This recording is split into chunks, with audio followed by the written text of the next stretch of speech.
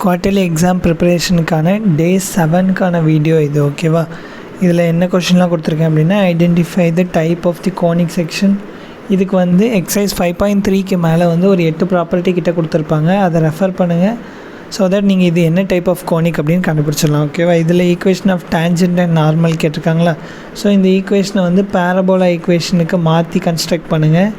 So அதிலேருந்து உங்களுக்கு solution கிடச்சிரும். ஓகேவா? அதுலேருந்து நீங்கள் டேஞ்சன்ட் ஒன்ஸ் கண்டுபிடிச்சிட்டிங்க அப்படின்னா, சப்போஸ் x + 2y + 1 = 0 அப்படி தான் டேஞ்சன்ட் கிடைக்குது அப்படின்னா, நார்மலுக்கு வந்து என்ன பண்ணணும், ஜஸ்ட் கோஎஃபிஷியன்ஸை ஷிஃப்ட் பண்ணணும்.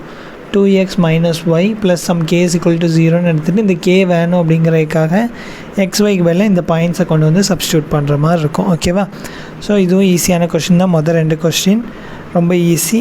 3rd கொஸ்டினுக்கு வந்து பேராமெட்ரிக் ஃபார்மேட் யூஸ் பண்ணுங்கள். பேரபோலாக்கு பேராமெட்ரிக் ஃபார்மேட் என்னது? yt = x + 8t². இந்த ஃபார்மேட்டில் யூஸ் பண்ணிங்க அப்படின்னா உங்களுக்கான சொல்யூஷன் கிடச்சிரும். ஓகேவா? 4 and 5 தான் கொஞ்சம் டிஃபிகல்ட்டான சம்மு. நீங்கள் கொஞ்சம் ஒர்க் அவுட் பண்ணிவிட்டு சால்வ் பண்ணுற மாதிரி இருக்கும். ஓகேவா? மறக்காமல் முடிச்சிட்டிங்க அப்படின்னா கமெண்ட் பண்ணுங்கள். Okay, thank you.